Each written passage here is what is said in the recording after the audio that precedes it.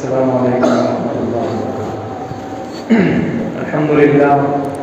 الحمد للہ رب العالمین وبہ نستعین، الصلاۃ والسلام علی محمد بن عبد اللہ الامین وعلی آلہ واصحابہ اجمعین، اما بعد۔ قال اللہ تبارک وتعالی فی القرآن المجید والفرقان الحمید، فأعوذ بالله من الشيطان الرجيم، بسم الله الرحمن الرحيم، لئن شكرتم لأزيدنكم ولئن كفرتم إن عذابي لشديد۔ وقال النبي صلى الله عليه وسلم نعمتان مغبون فيهما كثير من الناس، الصحة والفراغ۔ صدق الله العظيم وصدق رسوله النبي الكريم۔ معزز سامعین، اللہ تعالیٰ نے انسانوں پر بے شمار احسانات کیے کہ جتنے احسان اللہ نے انسان پر کیے ہیں، اگر انسان اپنی ساری زندگی اللہ کے ان احسانات کو، ان انعامات کو گننے میں لگا دے تو پھر بھی اللہ کے احسانات کو وہ شمار نہیں کر سکتا۔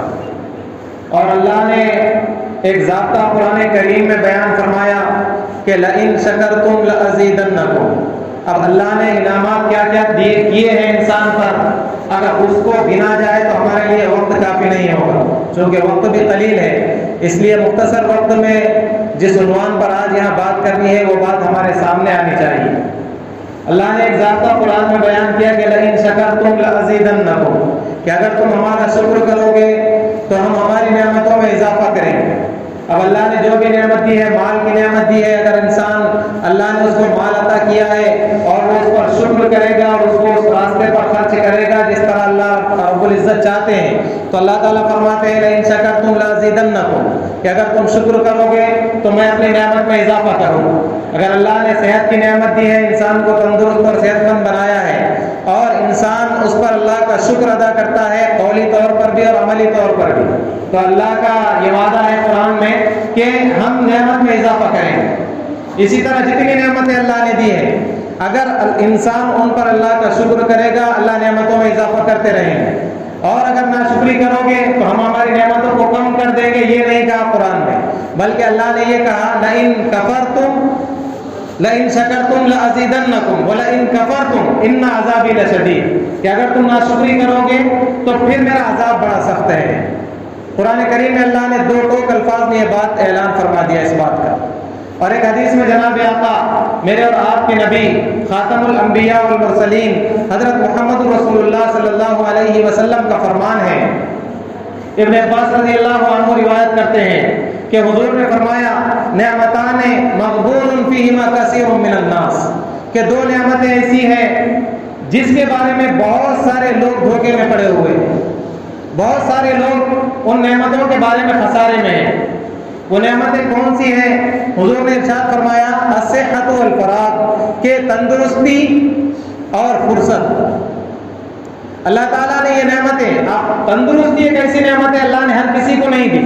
اب ہم یہاں پر اتنے بیٹھے ہوئے ہیں، پتہ نہیں کہ کون کس بیماری سے جوجھ رہا ہے، کس کو کون سی بیماری لگی ہوئی ہے، لاحق ہوئی ہے، لیکن اگر ہم تندرست ہیں، اللہ نے صحت دی ہے، تو اس کے بارے میں بہت سارے لوگ خسارے میں ہیں، دھوکے میں ہیں، غفلت میں پڑے ہوئے ہیں کہ اگر ہم دواخانوں کا دورہ کریں گے، کسی ہاسپٹل میں جائیں گے بڑے اورنگ آباد ممبئی جیسے شہر میں، تو پتہ چلے گا کہ اللہ تعالیٰ نے جو ہمیں صحت دی ہے یہ کتنی بڑی نعمت ہے۔ اگر ایک ذرا سی بیماری انسان کو لاحق ہو جائے، پھر وہ اپنی ساری کمائی، اگر اسے صحت نہیں مل رہی، کہیں شفا نہیں مل رہی، اور ڈاکٹر اگر یہ کہہ دیں کہ اتنا اتنا روپیہ آپ کی ساری زندگی کی کمائی لگانی پڑے گی آپ صحت مند ہوں گے، تو کوئی دنیا میں انسان ایسا نہیں ہوگا کہ وہ پیسہ بچائے گا اور صحت کو نہیں چاہے گا۔ تو اللہ نے ایک نعمت دی ہے تندرستی، اور حضور نے فرمایا کہ اس میں انسان بہت زیادہ دھوکے میں ہے، غفلت میں پڑے ہوئے ہیں۔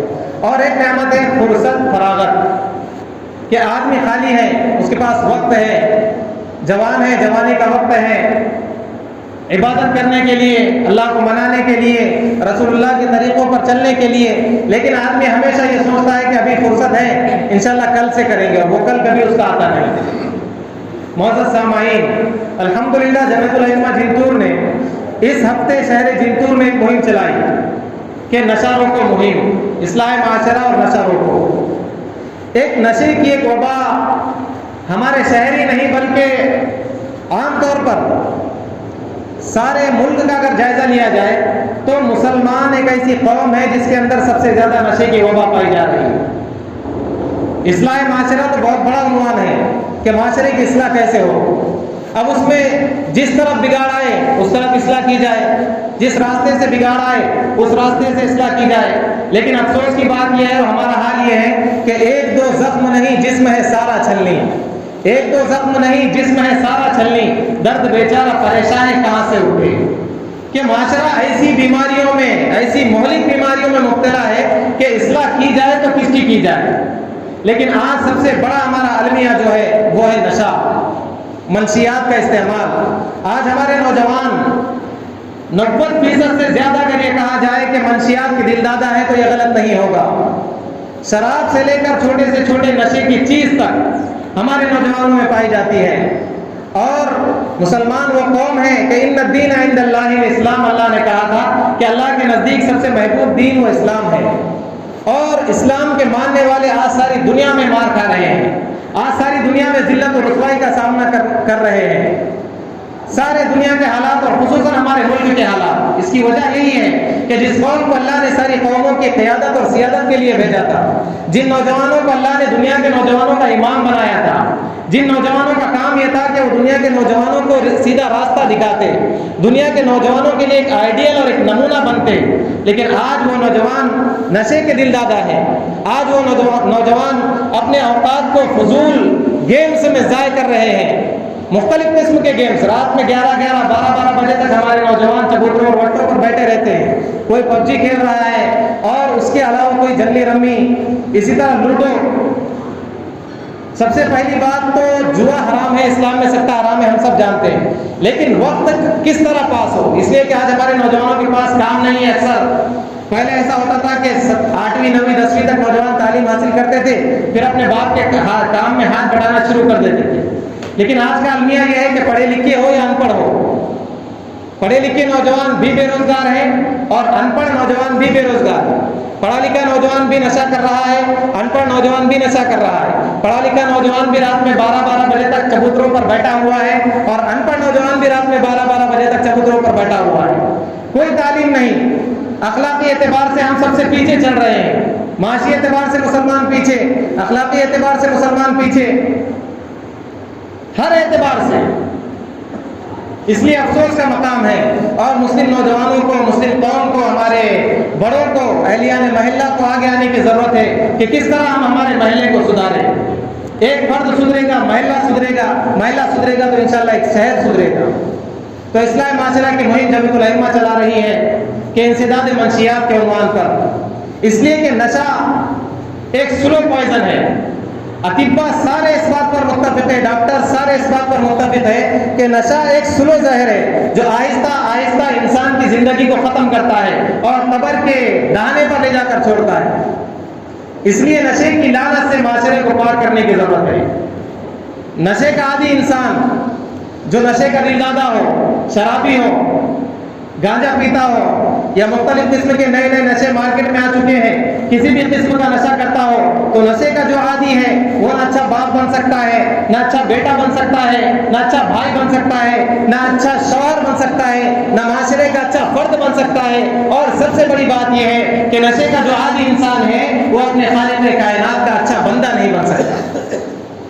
آج ہم دیکھیں بیٹوں کے دلوں سے باپ کی عظمت، ادب، احترام ختم ہو چکا ہے۔ چھوٹوں کے دلوں میں بڑوں کا کوئی ادب احترام نہیں ہے۔ محلے کے بڑے آتے ہیں، چچا، تایا، باپ، دادا، جو بھی، ان کے سامنے ہمارے نوجوان پوری تمباکو کھاتے ہیں۔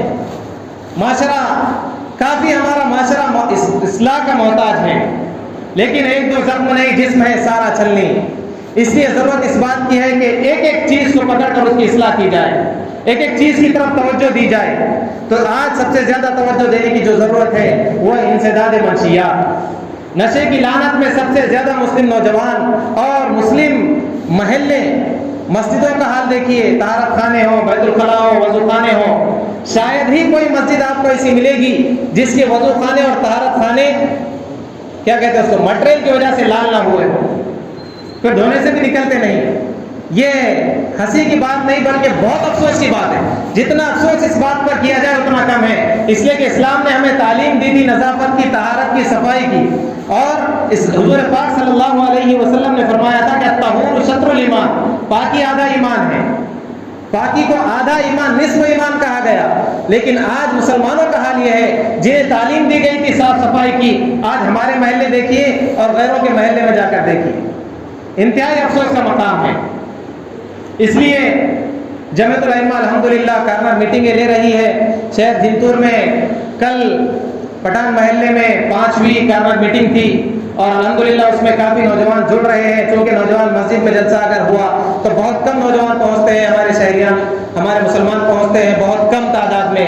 اس لیے یہ طے کیا گیا تھا کہ نکڑوں پر، چوراہوں پر اور گلی سڑکوں پر جہاں پر نوجوانوں کی بھیڑ لگی ہوتی ہے وہاں پر جا کر ہنگامی طور پر میٹنگ لی جائے اور ہنگامی طور پر 10-20 منٹ میں انسداد منشیات یعنی نشے کی لعنت کے عنوان پر، اسی طرح جو فضول اوقات ہمارے نوجوان چبوتروں پر بیٹھ کر وقتوں کو ضائع کر رہے ہیں اس عنوان پر بات کی جائے. تاکہ یہ تو پتہ ہے کہ نشہ ایک دم نہیں چھوٹتا اور یہ کام کرنے سے ایک دم سارا شہر ہمارا نشے سے پاک ہو جائے گا، ایسی بات بھی نہیں ہے. لیکن بات یہ ہے کہ آنے والی نسل جو ہمارے چھوٹے چھوٹے بچے ہیں کہ انہی بچوں سے شاعر نے کہا تھا قصر زندگی تعمیر ہوتے ہیں، انہی بچوں سے قصر زندگی تعمیر ہوتے ہیں، یہی بچے ہمارے خواب کی تعبیر ہوتے ہیں. تو چھوٹے چھوٹے معصوم بچے وائٹنر کا نشہ کر رہے ہیں، دستی میں ٹیوب ڈال کر ایک کونے میں جا کر بیٹھ کر، اور یہ بچے ہمارا آنے والا مستقبل ہے. اس لیے نوجوان ہوں یا بڑے بزرگ ہوں، یہ سب کی ذمہ داری ہے کہ اپنے اپنے گھروں کا جائزہ لیں اور گھر کے بعد اپنے پڑوسی کے اور اپنے محلے کا جائزہ لیں کہ بچے ہمارے کہاں بیٹھ رہے ہیں، رات میں کتنی دیر تک باہر رہ رہے ہیں اور کن چیزوں میں ملوث ہیں،